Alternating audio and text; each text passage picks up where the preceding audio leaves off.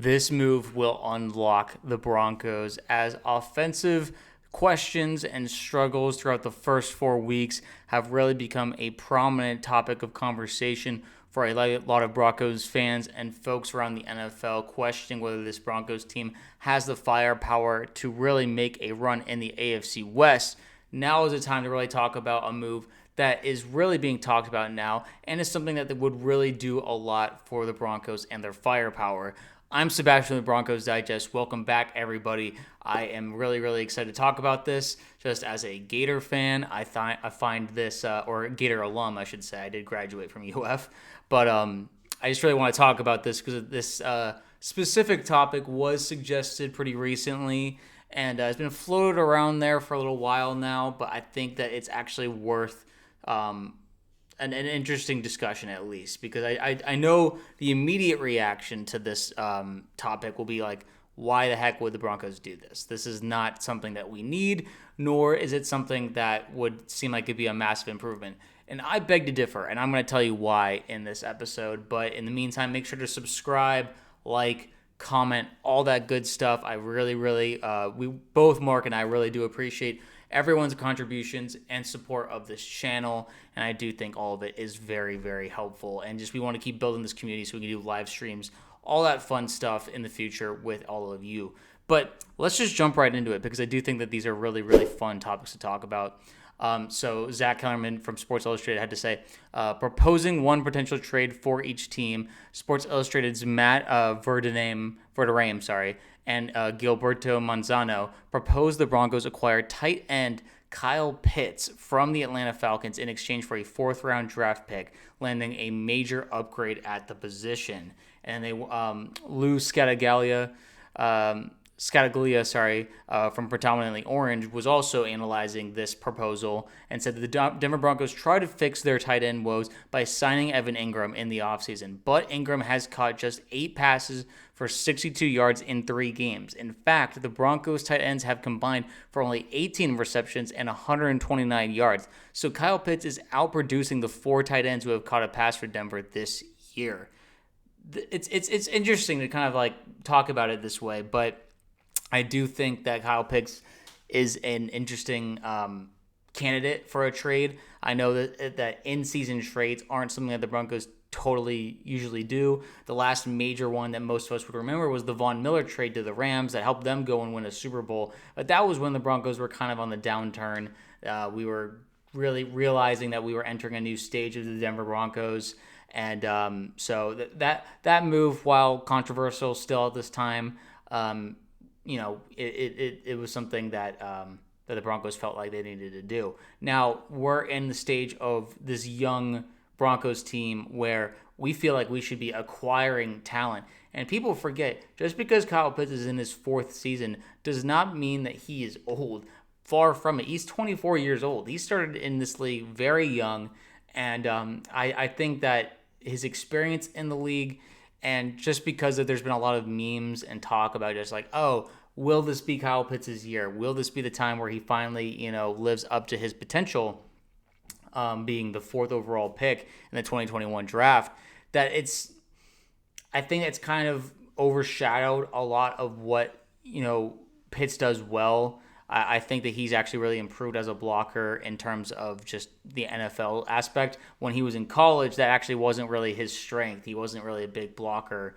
But he was just an unreal catching talent and someone that a lot of defenses in college basically had no answers for. And as a Florida fan, I watched this in person. I watched it on TV every single Saturday. So he's always been one of my favorite players. I argue that he's the best tight end in Florida history, which I know is saying something, but I actually do believe that. And he was like the most touted, most praised tight end prospect going into that NFL draft, which is why he was selected number 4 overall by the Falcons. So why would we even bring this up? Because like we said, we brought in Evan Ingram on a 2-year deal to kind of shore up that tight end area or that tight end room that really hasn't been much of a factor for the Broncos for years now. What good would this do? Well, let's be honest. Evan Ingram is 31 years old. He is nearing the end of his career. Now, he was really excited by the Broncos' proposition of being the Joker for Sean Payton, the guy that he can put him in all kinds of different places, all kinds of plays designed around him. But we have really yet to see that come to fruition. Now, maybe they were holding their cards back against the Bengals when they realized that was going to be a blowout. That was an easy game. But, against the Eagles, if we don't see much production from Ingram in a big game like that, when we're trying to stay above 500 and not below 500, then I think we'll once again, we'll have serious concerns about the tight end room. And a lot of people will say, Sebastian, don't panic about this. Kyle Pitts is not the answer to our tight end woes. Let's let Ingram really settle into his Denver roots here. Like, he just started with us, but he's already getting injured. He's already being left out of games because of injuries, and that's not going to go away. When you're getting older in the NFL, these injury problems tend to stack up rather than go away. So that's kind of where my head is at. We have the option here of a 24-year-old who has immense talent, immense attributes, and really, he hasn't really complained at all during his time in Atlanta, where a lot of folks, including myself, have felt like he's been misused and misunderstood. And I understand, bias aside, as a Gator, alum and fan, that I genuinely do think that there's a lot left in him to be unlocked. And I think that the chemistry with the quarterbacks that Pitts has been playing with has really limited his ability to kind of show off who he is and bring out the confidence in him. Because there's been plays where he's dropped some balls and maybe people would assume that is indicative of Pitts just being a bust.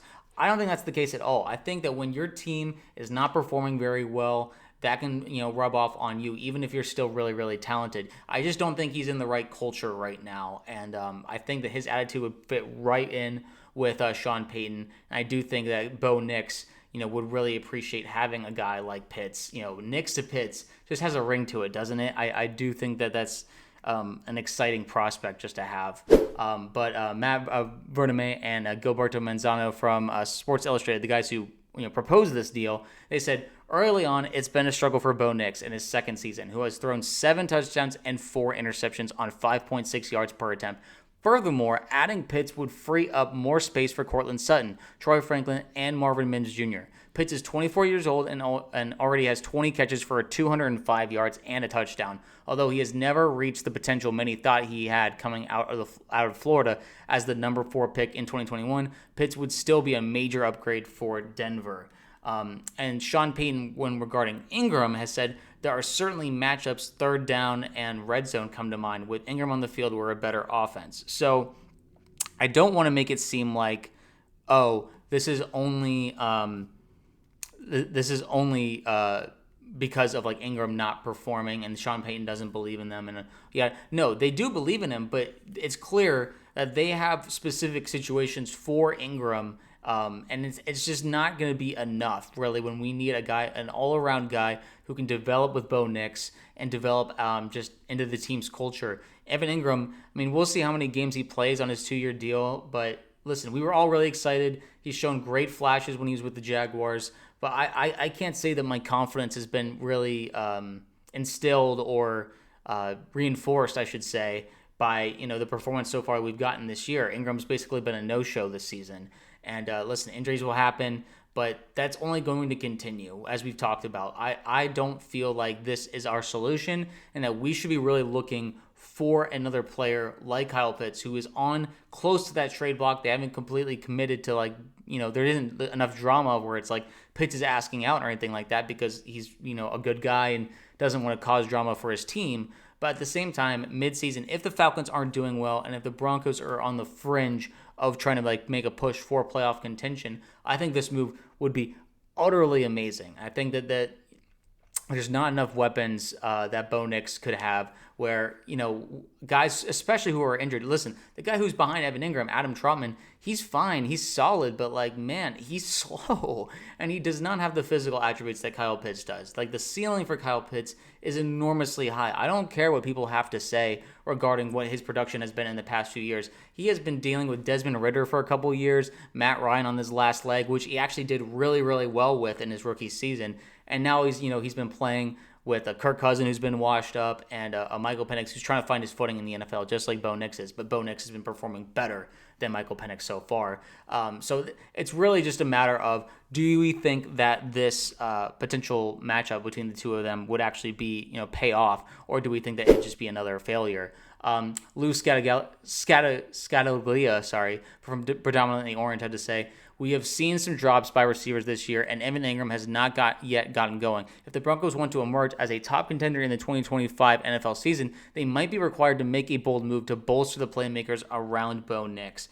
I couldn't agree more. The only worry really is George Payton the guy who will make that midseason trade to really, really boost such a thing? I mean, the fourth rounder for Kyle Pitts, it's a big ask. I mean, Kyle was a fourth overall pick in the first round, so it'd be quite the drop-off in terms of value. But the Falcons, I mean, they just recently traded one of their firsts for another pass rusher.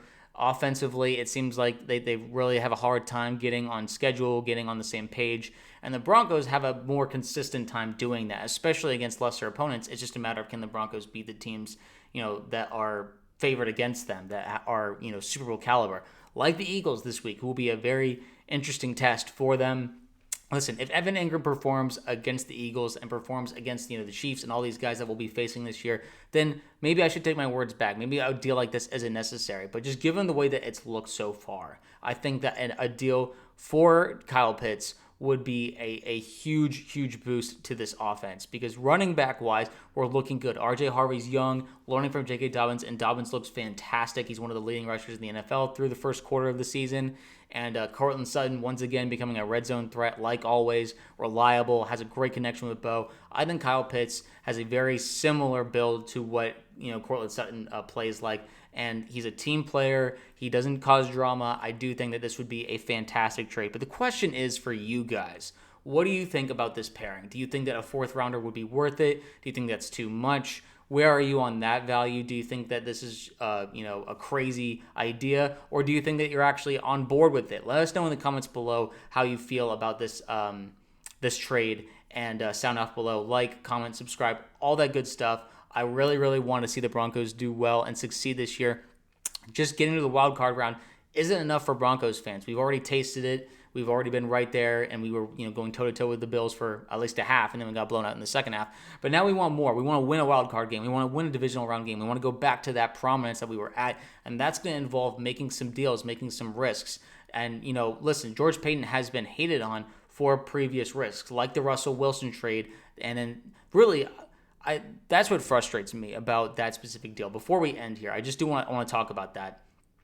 Everyone was praising George Payton and this deal that he had made for Russell Wilson. Everyone was in favor of it. They were calling the Broncos Super Bowl contenders after that. So this revisionist history that's, it's one of the worst deals in NFL history. Sure, I guess, but look at where the Broncos are now. We turned it around relatively quickly. We got rid of Nathaniel Hackett, and then we got rid of Russell Wilson after he played one season with Sean Payton. And obviously Russ is now dealing with being benched with the Giants. But we were able to cut bait pretty quickly. It's not like it was something that we've been dealing with for years. And obviously, there's the dead cap stuff that we've been dealing with. But overall, we've managed pretty well. We made the playoffs last year. So we're not the Browns. We're not all these other teams who've made terrible deals that have really not worked out for them. So the real mistake there was the extension once we had traded for Russ. That was the mistake that George Payton made, and now he's making up for it. Really putting on some master classes for draft classes. Nick Bonino has looked fabulous. Allen. I'm messing up his first name, but all these guys, Cooper on the defense, and just on offense, drafting Bo Nix, getting RJ Harvery, and then re-signing Courtland Sutton. All these. Listen, I've been just a massive fan ever since the Russ thing happened, where they've been trying to fix things. I think that he's just doing a great job. I really want to shout out George Payton for all of that. But yeah, let me know what you think about this idea down below, and sound up below, and we'll see you in the next video.